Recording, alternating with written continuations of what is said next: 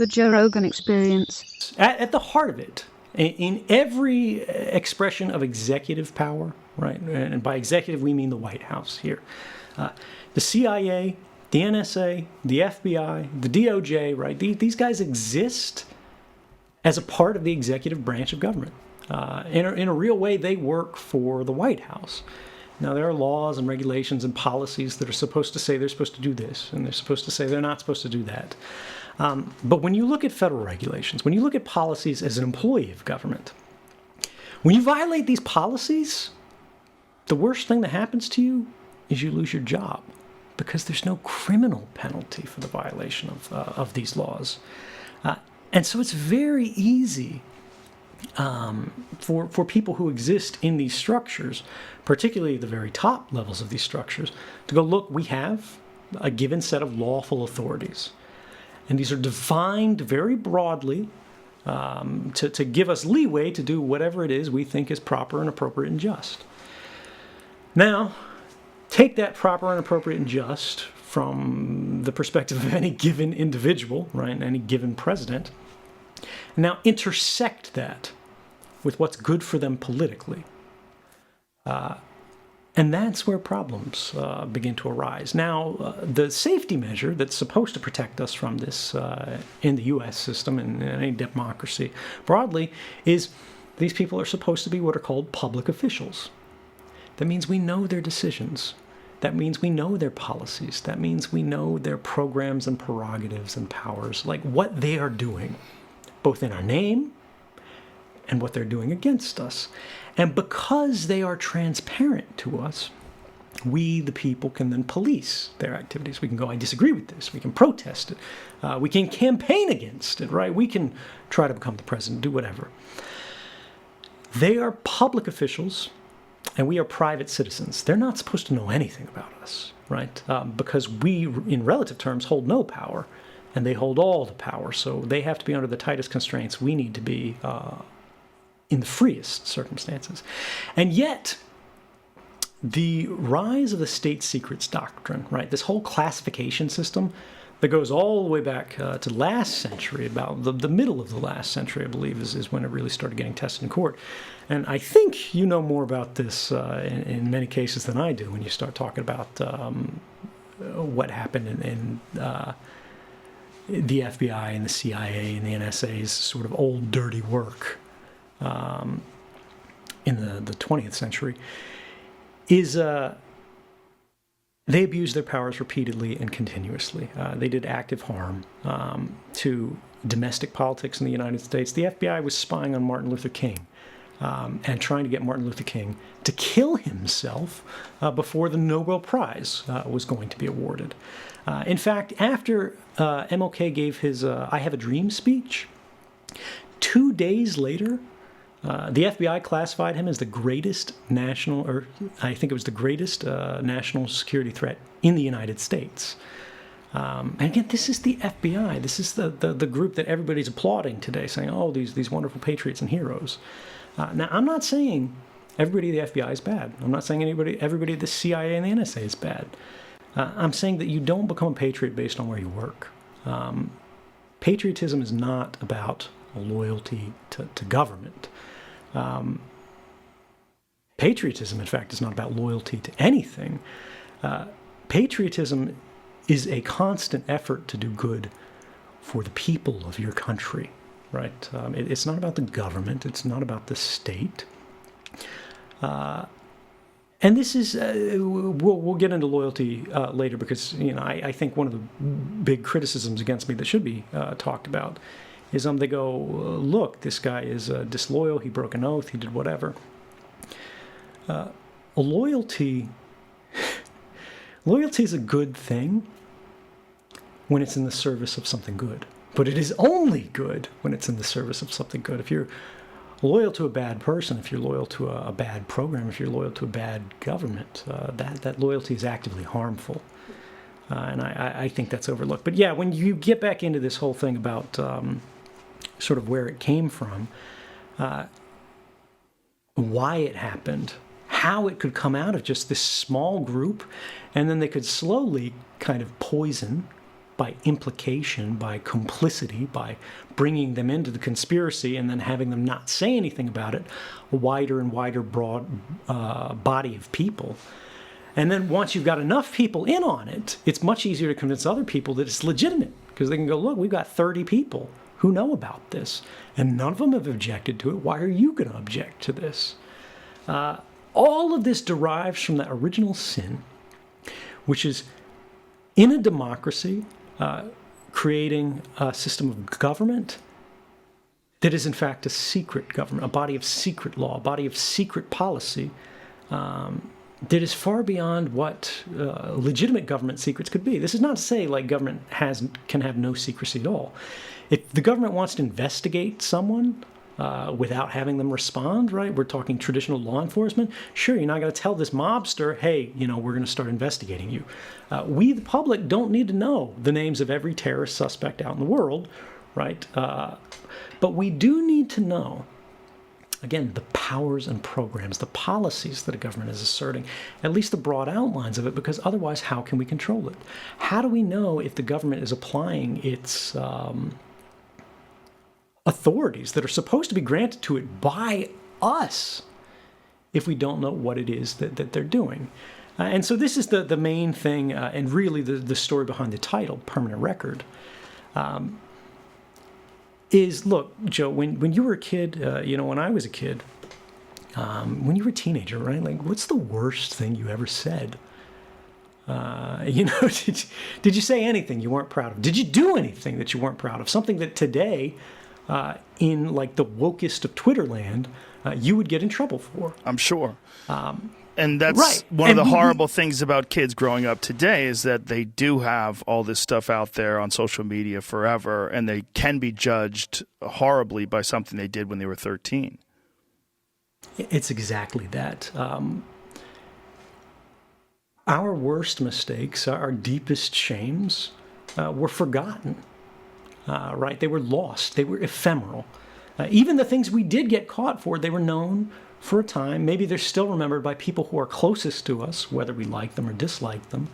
But they were people connected to us. Now, we're forced to live in a real way naked before power.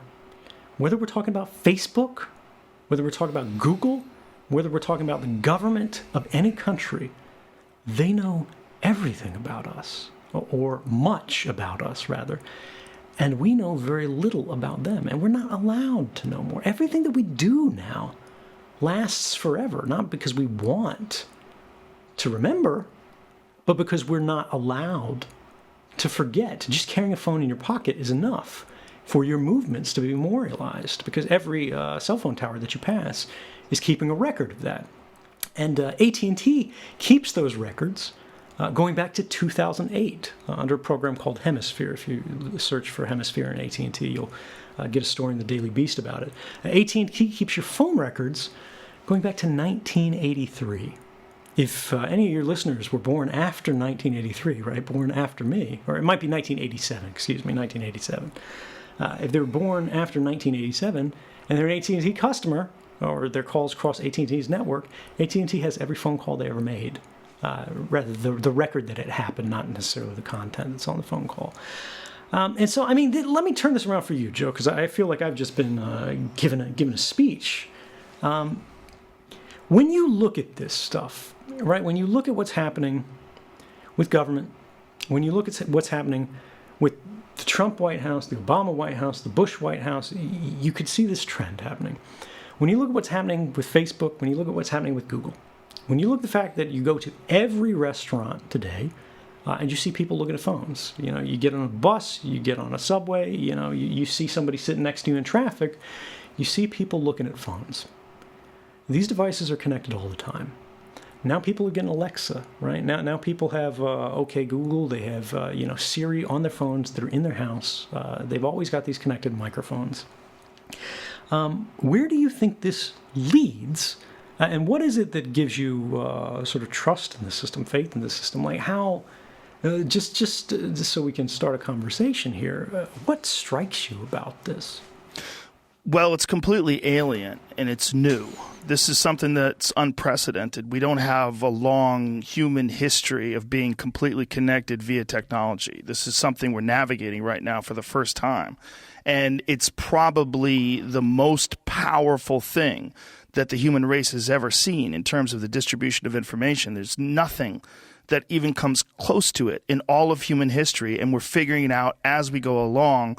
And what you exposed is that not only are we figuring out as we go along, but that to cover their ass, these cell phone companies in cahoots with the government have made it legal for them to gather up all of your phone calls, all of your text messages, all of your emails, and store them somewhere so that retroactively, if you ever say anything they don't like or do something they don't like, they can go back, find that, and use it against you. And we don't know who they are, we don't know why they're doing it, and we didn't know they could do it until you exposed it.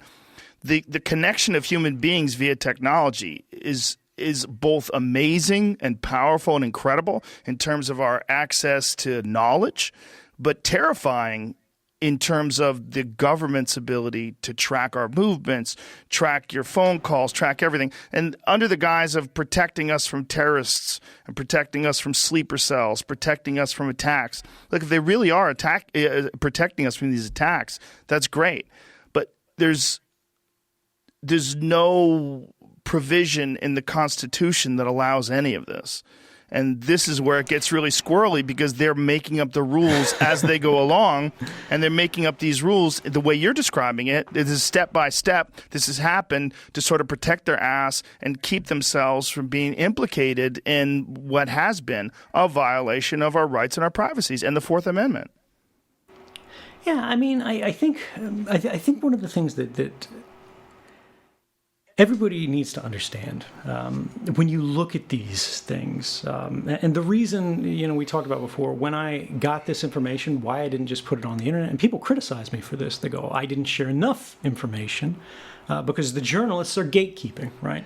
They've got a big archive and they haven't published everything from it. And I told them not to publish everything from it. Why did you do that? Why did you do that? Because, again, it gets back to legitimate secrets and illegitimate secrets.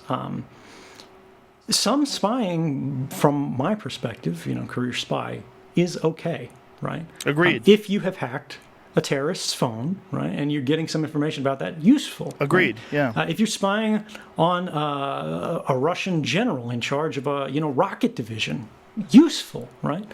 But there are lines and degrees in that where it's not useful. Now, the examples that I just gave you, these are targeted. This is where you're spying on an individual, their known named person that is being monitored for a specific reason that is related, hopefully from a warrant. That people, right. Well, even for foreign intelligence, in some indications, you don't need a warrant strictly. Although I think they should have warrants for all of these investigations because they established a court for precisely this reason called the Foreign Intelligence Surveillance Court, right? And there's not a judge in the world who wouldn't stamp a warrant saying, hey, spy on Abu Jihad over here, right? And if you want to spy on another guy, Boris Badenov of the Rocket Division, right, that's okay. They're going to go with that. But then you look at these edge cases, and in the archive that I provided to journalists, there have been stories that have come out where they've spied on journalists, right? They've spied on human rights groups. And these kind of things, I think people miss. I'm going to throw up some slides here, so forgive me if this gets weird and I put up the wrong ones.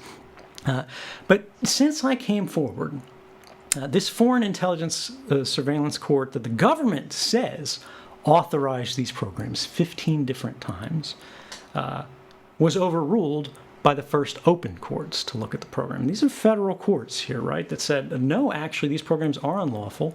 They're likely unconstitutional. When you start looking at the facts, you see, even within the context of the very loose restrictions and laws that apply to the NSA and surveillance, they say they broke their own laws, 2,776 times in a single year. And then you asked about that thing that motivates me, like why I came forward.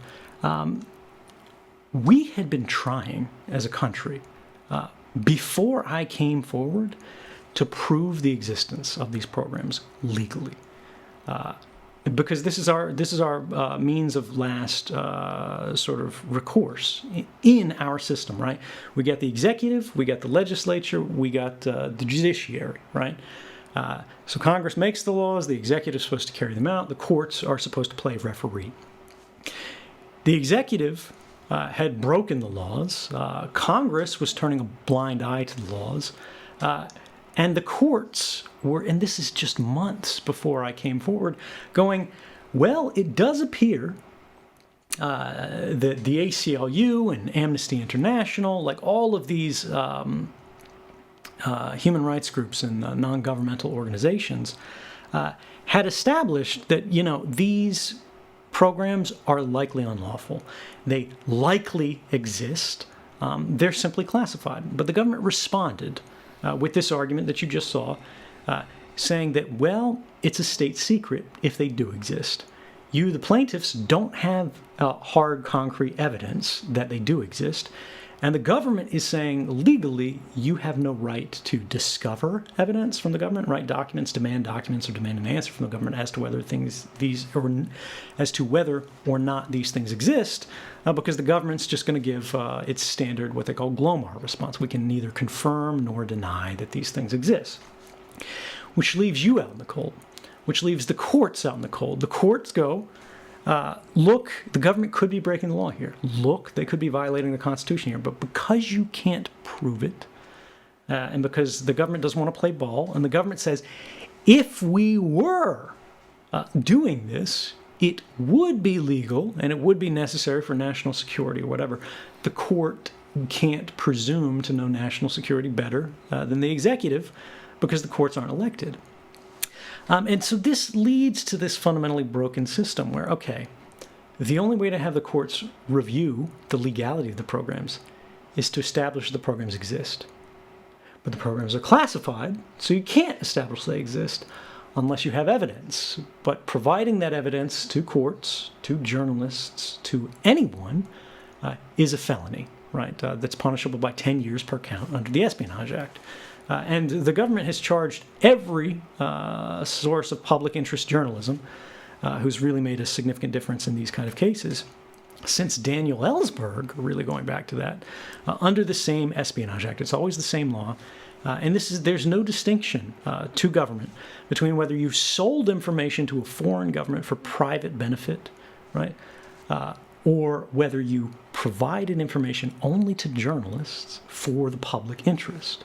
And that's a fundamentally harmful thing, I think. When you look at things that have come in the wake of this, we're talking about the post-2013 court rulings that found what the government was doing was unlawful. You see the courts saying actually that leaks, or air quotes leaks, can actually be beneficial. Leak is used in the governments, and this is from a federal court. These are not exactly my biggest supporters. They're recognizing that although leak implies harm, it implies something that's broken, it's actually helpful. It's a leak that's letting in daylight in this context. That is the only thing that allows the system to operate in a context where 1 year before I came forward, we had the NSA saying this kind of stuff didn't happen. We had, this famous exchange, which more than anything made me realize this was a point of no return. Because I've told you this, you've heard this, but if you haven't seen it, you might not believe me, right? Maybe I'm a sketchy guy, whatever. One of those senators I told you that objected to this stuff, that was doing the Lassie barks for all those years, Ron Wyden, was confronting the most senior spy in the United States, General James Clapper, who was then the director of national intelligence, right? There's no guy higher than him. The buck stops with him when it comes to intelligence. He's testifying under oath in front of Congress, right? But more broadly, in front of the public. This is televised. And Ron Wyden asked him a very specific question about a program, mind you, that Ron Wyden knows exists because he has security clearance. He sits on the Intelligence Committee. And he knows there's domestic mass surveillance. And this is how it goes. This is how the top spy responds under oath. So what I wanted to see is if you could give me a yes or no answer to the question, does the NSA collect any type of data at all on millions or hundreds of millions of Americans? No, sir. It does not. Not wittingly. There are cases where they could inadvertently, perhaps, collect, but not wittingly. So that was a lie. Wyden knew it was a lie. Clapper knew it was a lie. He actually admitted it was a lie after I came forward, 3 months later. But he said it was the least untruthful thing he could think of to say in the context of being in the hot seat there. But what does it mean for a democracy when you can lie under oath to Congress, and the congressman even knows you're lying to them, but they're afraid to correct you? And Wyden, by the way, it wasn't a surprise. Wyden gave him those questions 24 hours in advance, and he wrote a letter afterwards asking for Clapper to amend his testimony, right? Not even at a press conference, but just say this was incorrect, whatever, so he could go through the legal process and show his fellow congressmen that there was a problem and that they needed to do it. But all of that was refused to us. All of it was denied to us. And here I am, sitting at the NSA, next to my buddies who I've talked to about these programs. I've gone, look at this, and they're laughing at it. I'm laughing at it. And it's not that we go, oh, ha, ha, ha, he's getting away with it. It's like, what are you going to do? These guys are, they're bullshitters. The system is built on lies. That even many people, many experts who have studied this know are lies. But if you can't prove they are lies, how do you move beyond that? And that's really a question that has never been more relevant than I think it is today under the current White House.